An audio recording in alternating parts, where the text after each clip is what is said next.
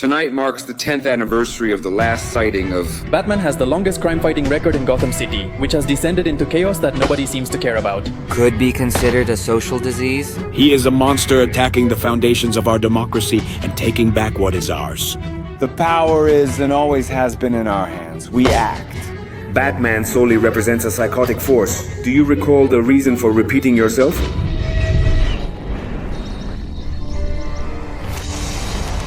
Batman. Has the time come, dear?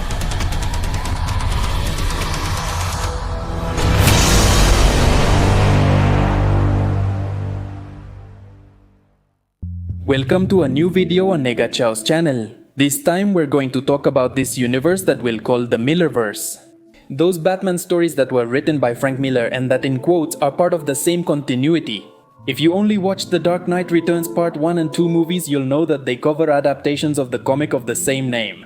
Maybe what you didn't know is that there is a second, third, and even a fourth part of this continuity. We'll consider Batman, Year 1, All-Star, Batman and Robin, and The Last Crusade as prequels to the stories about the older Batman returning from retirement. I'm just letting you know that this contains a lot of information, so I had to split the video into two parts. So I recommend that you turn on notifications so you don't miss any new content from the channel in the future. At what age does Batman die? What happened to Superman after his defeat? Where is Wonder Woman? Which heroes are still alive and why don't they appear in the public eye? The truth is that none of the prequels or sequels to The Dark Knight Returns measure up to this first title. But it's appreciated to have a bit more content that expands this universe full of contrasts and socio-political opinions on a planet where superheroes are not tolerated. If it's not me, it'll simply be someone else. So who will they send after you? You know what? Let's get this started right away, this time on Nagayo's channel. Exploring the universe of Batman the Knight Of the Night. Returns. Let's start from the beginning. Batman Year 1 is the story of Bruce Wayne in his first steps as a vigilante, gradually earning Gordon's trust. I'll keep this brief as I've already covered the movie adaptation in a video. Now we'll just highlight that detail about the little affair Commissioner Gordon had with his colleague Sarah, since this keeps being referenced later on in this continuity. This Batman Year 1 story is more in line with the traditional attitude we know from the Bat. Unlike in All-Star Batman and Robin, where we see a much more brutal, egocentric, radical, impulsive, and angry character. An attitude that perfectly explains why the United States government banned all hero activity in the world. Batman Year 1 is an excellent story but lacks the involvement of other Detective Comics heroes. So we're going to skip over it and go straight to All-Star Batman and Robin, where we finally meet Dick Grayson. And we also see a newly formed Justice League. Still hiding from the public eye and debating what to do about Batman to stop his outrageous actions that put the rest of the heroes' activities at risk.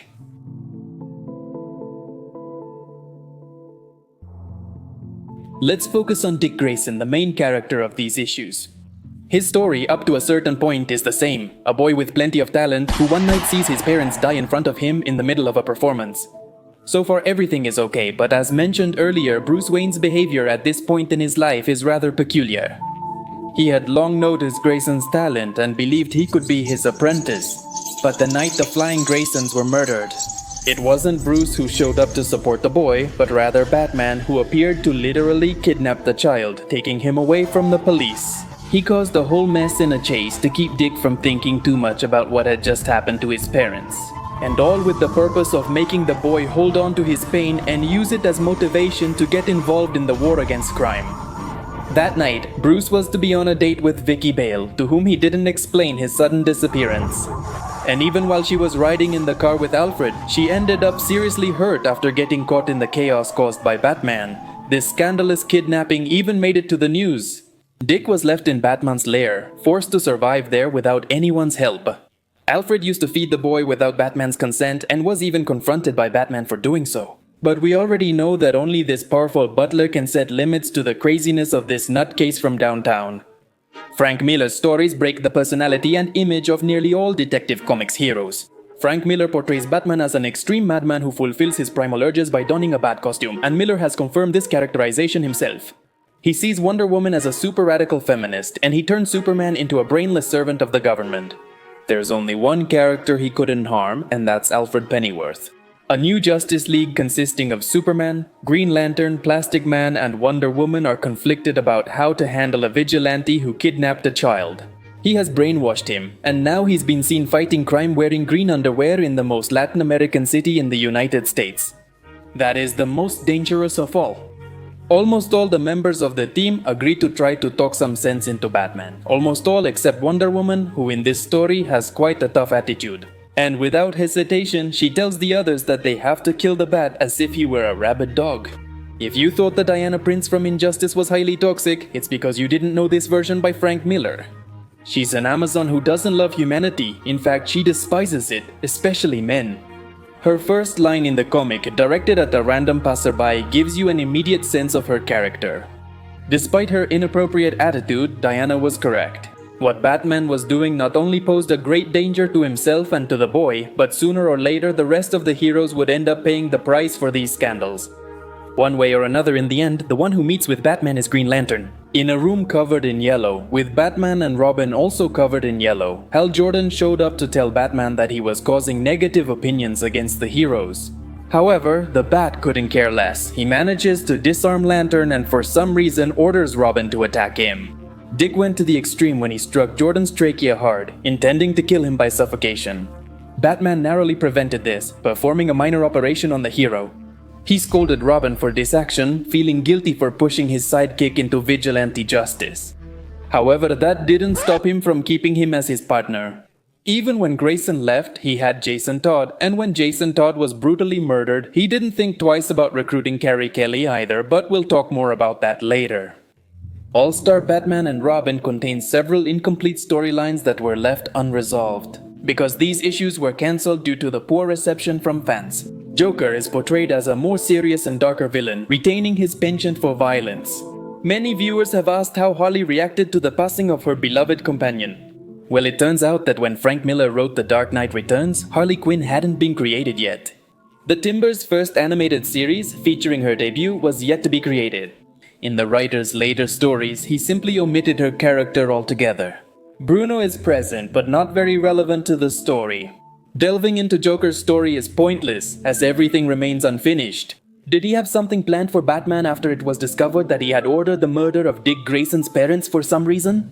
He even worked with Catwoman, deceiving her and then leaving her seriously injured. The dialogues reveal that the Cat and the Bat already had a somewhat toxic relationship, where this villainess was still a villain but with a certain weakness for the vigilante. Inspired by Batman, Batgirl makes her debut, donning her own suit to battle criminals. In her first attempt, everything goes wrong and the police come to arrest her. James Gordon finds out about this the same night his wife had a car accident for driving under the influence because of the depression she was suffering from. Ever since she found out about Gordon's affair, and this was pretty much the debut and farewell of young Barbara Gordon. I would have liked to know how her parents handled that situation and how it affected the relationship between Batman and the Commissioner as allies. But nothing. It's never mentioned again, ever, because I repeat, this was cancelled before giving closure to the side stories. Considering that Gordon was still in contact with his ex-lover, it's clear that after a while, the separation from his wife was inevitable and he ended up marrying Sarah. James and Barbara, his children, were never mentioned again, likely because they left the city or similar reasons. Another female character we get to know from Miller's perspective is Black Canary. A bartender in a disreputable bar, frequently harassed by patrons. One day she snapped, took down at least a dozen guys in the bar, and decided to start living her life defying the rules. We can't really say she was a heroine because she would steal from her victims. She was a big fan of Batman, but keep in mind that the Bat at this stage of his life wasn't exactly the best role model. I mean, we already saw what he did to Grayson and to the only person who really stood up for him, before an Amazon goddess killed him in an instant. And don't say Batman has a backup plan against killer Amazons. In this universe, what? What do you mean he doesn't? Back to the topic. When these two meet, they fight some criminals, set them on fire, and then, well, you know what happens here.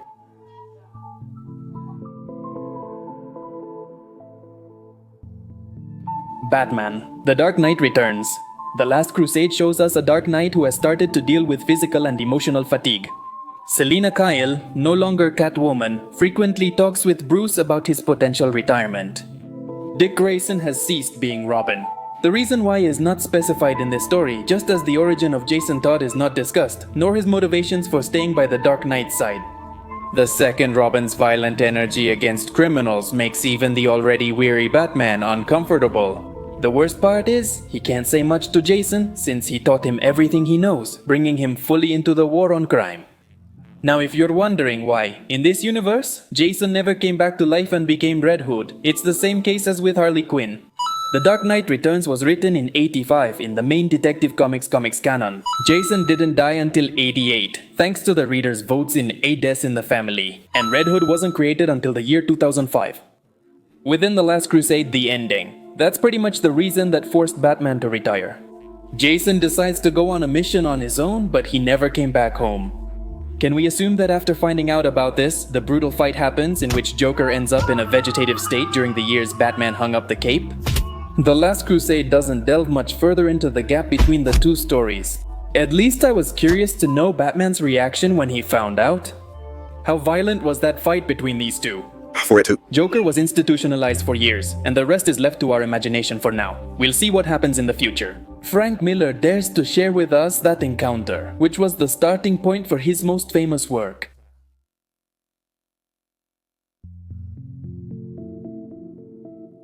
We won't go too deep into this novel, since many of you already know it thanks to the movies. I think what's important to highlight here are all those consequences from the past which Frank Miller later tried to address in the prequels. Jason's death resulted in an unprecedented beating for Joker and drove Bruce into retirement. Not only because of the moral burden this brought him, but also because this situation may have been the trigger that caused the pressure on superhero activities to intensify, eventually forcing the heroes to retire. The story never mentions anything like that. It doesn't even state whether Robin's death was publicly known. The only thing mentioned in the conversations with Gordon and Clark Kent is that the citizens' protests caused such pressure that the government had no choice but to reach an agreement with the metahumans to regulate their actions and over time make them disappear. In the case of Green Lantern, he's on the move, off the planet. Wonder Woman returned to her island. The fates of Plastic Man, Merchant Man, Hunter and Flash remain unknown in these stories so far. At this time, it's clear that younger people don't even believe that beings like this ever existed, and with good reason. The government erased all superhero information, and they couldn't even mention names like Superman or Batman on television without risking fines and censorship. Superman, upon arriving in Gotham and saving a civilian from being hit by a train, ensures he is never seen. The testimonies of people who might have seen something that revealed his existence were not taken seriously. And even though some journalists had once seen or heard about the Man of Steel during their careers, they couldn't connect any event to him because of the law. Everything changed when Batman returned to the streets. Hiding it from the news was pointless. However, no government level enjoyed handling these press inquiries as it was a national security issue. As the sole active masked vigilante, Batman inevitably drew all the media attention, despite Superman working for the government and intervening in the Corto Maltese conflict.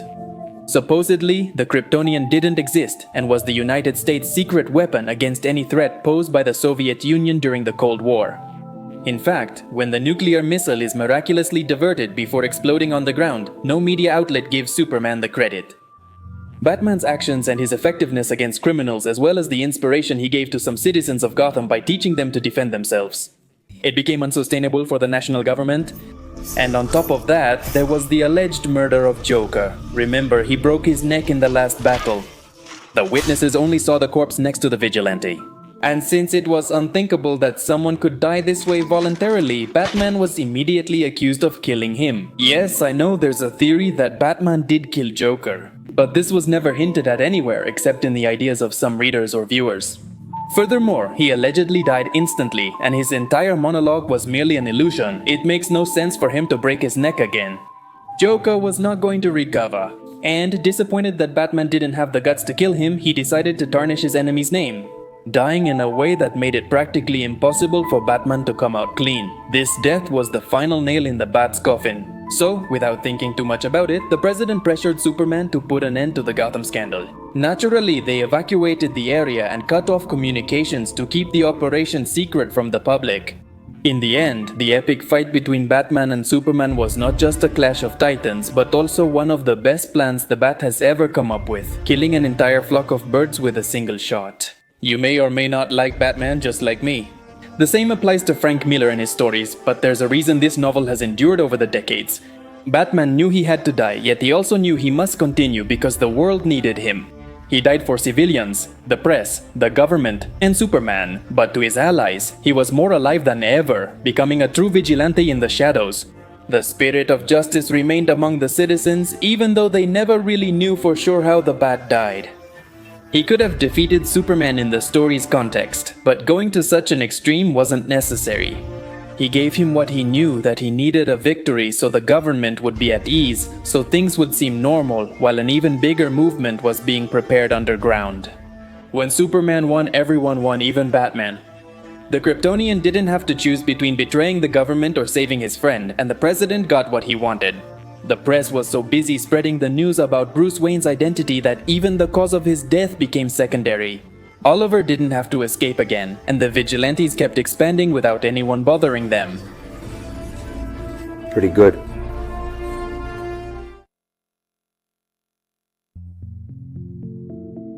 This sequel is visually horrible. It's very hard to deny, although some suggest that it's a proposal that fits the nature of the story. I hope this art style doesn't deter you from watching. My advice is to focus more on my voice and the story. Although not as exceptional as its predecessor, this novel is a worthy and plausible sequel. In the Millerverse, and this is coming from someone who doesn't like Miller's Batman, just imagine. 3 years after Batman's demise, his children, led by Carrie Kelly, persist in operating from the shadows. The mission is much bigger now, and their tasks involve infiltrating the most advanced security complexes. To rescue those who always had the power to change the world, that is, they have begun to gather the meta-humans. The first one to be saved was Ray Palmer. He spent 2 years captured by the government when they used his technology against him. Carrie Kelly freed him, but agents discovered them simultaneously as the assault footage was released to the public. This was the first glimpse in years of a costumed vigilante. So in a way, this broke that silent pact between Superman and Batman to act discreetly since their last fight. Of course, the news was a scandal and nobody was talking about anything else anywhere. Things got worse with the second assault by the vigilantes, now accompanied by Atom to free Flash. For years, it was used to supply electricity to the entire country in a top-secret facility. The recent assaults organized by Batman caused Superman to call a meeting of those who once belonged to the Justice League of America. Only Wonder Woman and Shazam answered the call. Amid all this, conspiracy theories had also emerged claiming that the President of the United States did not exist, that he was just a hologram, and that those pulling the strings were hidden in the shadows. This theory was promoted by journalists like Jimmy Olsen, and while some media outlets didn't believe his words, new sources of information were emerging. He combined the truth with eroticism to attract attention. Supergirl stood out in particular as they were popular with adult audiences talking about trends and dressing up as superheroines. Their popularity reached such a point that they even scheduled a live performance in Gotham, which we will talk about later. Jimmy Olsen's conspiracy had the correct information. Other vigilantes like The Question had been investigating this for a long time, tirelessly searching for the evidence people needed to know who was behind the world power. Batman had already uncovered the deception of the holographic president. He spent the last few years preparing for war, and winning was the only option. Behind this whole affair was the real reason why Superman was acting on behalf of the government, that is, Lex Luthor and Brainiac. The heroes were against the ropes, threatened with what they loved most, Mary Batson, their home, the last remnant of a lost world. Kara Zor-El was killed inside the city of Kando. It was just a warning so that Superman would do what he had to do. He stormed off enraged to Batman's lair only to be restrained by Flash, Green Arrow, and Atom. The Bat didn't say a word. This time he was more aggressive, not just defeating Superman physically, but also humiliating and breaking his spirit. It seemed that this time hope had died in Superman. He, like other heroes, had only wanted to help humanity. In the past, they allied with the government in good faith to show that they shouldn't be feared. They waited for the right opportunity to prove their worth. However, that opportunity never came, and instead they became puppets of a shadowy government that made them disappear for everyone else. In what was once the fortress of solitude, Superman lamented. He heard Wonder Woman nearby and, almost crying, begged her to protect Lara, their daughter. Half Amazon and half Kryptonian, the result of their romance 17 years ago and a secret known only to them and the Amazons. The Man of Steel humbly asked for this favor, thinking he had hit rock bottom and couldn't help anyone anymore. Even as he witnessed his own reality, the Amazon denied him. She struck Superman, questioning where was the man she had fallen in love with, the one who had stolen her Amazon heart. And he replied they wreaked havoc all over the earth. The world quickly went crazy after confirming the existence of extraterrestrial life. Moreover, a massive object approached Metropolis and Superman rushed to save the city on Lex Luthor's command. People were surprised to confirm that the old myth of the Flying Man was real. Some remembered him, but the younger ones never imagined that someone like him had really existed. The threat was Brainiac himself. With the recent resurgence of metahumans, this pair of villains decided to take preventive action to keep things from getting out of hand. The plan was simple: kill Superman in front of everyone to send a message, or else Kandor would suffer the consequences. Fed up with being belittled for safeguarding what he holds dear, Superman refuses to comply this time. He decides not to fight and not to worry about whatever Brainiac wants to do, with the world's attention fixed on this battle. After recruiting Ralph Dibny, the Elongated Man, Batman led his allies to Arkham Asylum. And guess who they went to rescue? Before I tell you, let me give you another fact about this famous asylum. A long time ago, the inmates took over the facility, holding many guards, doctors, volunteers, and others hostage. They demanded impossible things in exchange for releasing the innocent, but their whims were not met, and over time they were ignored until they were abandoned. No authority bothered to do anything to reclaim the place, or even to rescue anyone alive. If I remember correctly, among Batman's thoughts is implied that since there was no way in or out of the place, the patients committed cannibalism. That hostage situation was about 5 years ago, so by now they could be feeding on rats and insects. It doesn't specify which of Batman's villains are still alive, although the dialogue confirms at least Solomon Grundy and the Riddler, like 2 of the inmates. Oh, and the person they rescue from this asylum is Plastic Man. They contained him in an egg shape. When he returns to normal, he's unaware of the current year. Shazam and Wonder Woman also went to Metropolis, doing their best to help Superman and the citizens. Unfortunately, Brainiac's power easily overwhelmed him. When all seemed lost, Lara, the daughter of Superman and Wonder Woman, reveals her existence to the world. She attacked fiercely and aggressively, showing no concern for the lives of her enemies as an Amazon warrior. In the middle of the fight, Shazam knew his moment had come. He revealed that his counterpart, Billy Batson, had died 7 years ago, so once he shouted the word, he would disappear forever.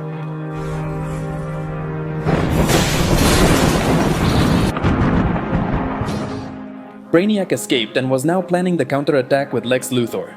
Half of Metropolis was destroyed in the blast, and few bodies remained. Superman did find out that those who were once his friends, like Perry White, Jimmy Olsen, and Lois Lane, were among the victims. A new Joker wannabe was also keeping a close eye on other heroes. He had killed Guardian Creeper, and the next on his list was Martian Manhunter, a washed-up John Jones who, due to nanotechnology courtesy of Lex Luthor implanted in his brain, no longer had any special abilities.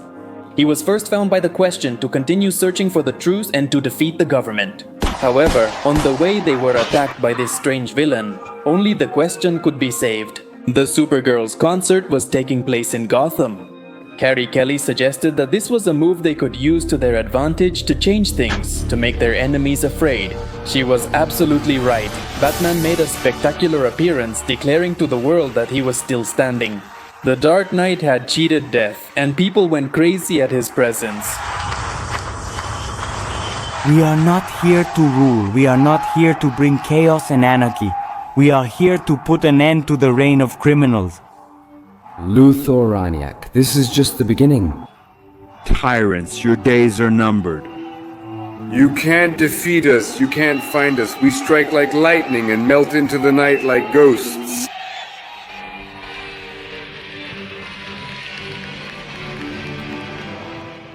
I'll soon upload the second part to finish the story of The Dark Knight Strikes Again. We'll then wrap up with the Master Race and the Golden Child. I hope you didn't fall asleep and that you enjoyed the video. Remember to let me know in the comments if you want us to talk about other worlds. With this same exploring the multiverse format, will Green Lantern return to action? Who is the next victim of this strange villain? What is Batman's plan to defeat the world order? We'll find that out in the next episode. If it's not too much trouble, I ask you to please leave me a like to help me in my eternal fight against the YouTube algorithm, and so this video reaches more people. That's all for now. Thanks for watching. I'm Alex and this is the Negacho channel. See you later.